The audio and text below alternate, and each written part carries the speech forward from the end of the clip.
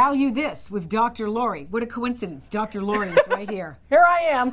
Why do you have, good to see you, why do you have gloves on? I have gloves on because the oils on your hands can be transferred to objects, attract dirt, and deteriorate your objects and devalue them. So I evaluate about 20,000 objects a year at public events all over the country, as well as when I'm in an environment like this appraising pieces. So I'm going to touch something, so I protect the pieces with gloves. Anybody who isn't wearing gloves isn't an expert, period.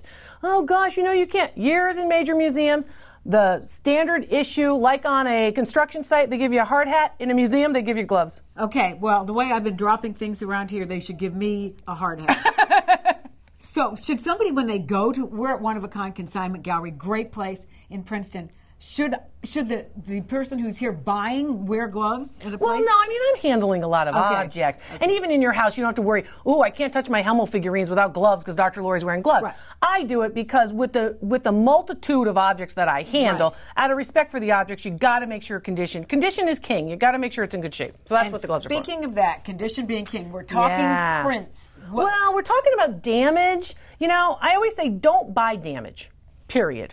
So don't buy damage. Well, how do you recognize damage? And, you know, a lot of times damage doesn't look bad and it isn't really hurting anything. And it makes it look old. Makes it look old. Shabby chic. Shabby chic. So, you know, but I want to make sure that what you're doing is you're thinking about how to maintain those antiques so they hold or increase their value over time, right? Because we're all about value this with Dr. Lori, right? Yes. Okay. Here's an example. This looks dark and old, and to me that makes it more valuable. Compared to this, which doesn't look dark and old. Right. Okay? And the reason why I'm saying that is this particular piece is older than this particular piece. So, you know, and 19th century piece versus a 20th century piece. So from the 1800s versus the 1900s. Okay, simple. Here's the problem. This is an acidic matte. We don't have acid-free or museum archival mats until about the 1980s.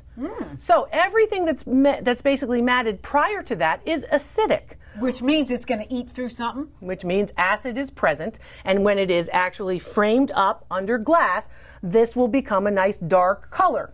And what happens as a result is all of the paper eats in that acid. Takes in that acid. Oh boy. Now, it can be restored, but you have to think about how much expense is there going to be in restoring it and how much expense is the piece worth. So you think about what's the value versus, of course, what is the conservation method. So this is an acid matte. All you have to do, the frame is fine, the glass is fine, the backboard's fine. What you have to do is you have to just replace the matte.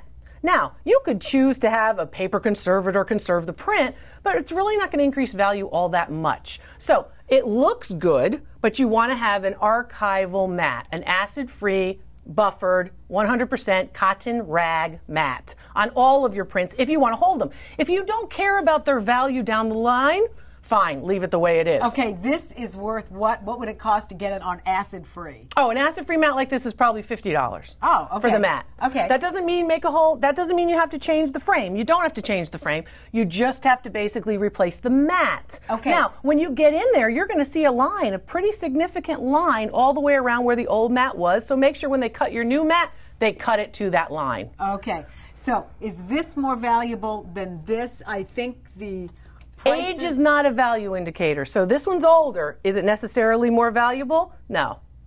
In this particular case, this particular piece is worth less than this particular piece because this is a Marc Chagall, very famous work. This piece is a print after a famous artist named Fragonard, who was an artist who painted around the time of King Louis XV in France, but this is not by Fragonard, this is by one of his followers. So the difference here is you've got a major artist doing his own work, and you've got somebody copying the work. Remember, age is relative, right? So you want to think about things like, you know, my mother's 93, she thinks I'm young, my 20-year-old niece doesn't. Age is relative, right? But you also want to think about, I have junk in my house, my grandmother had junk in her house. Sometimes it's older junk.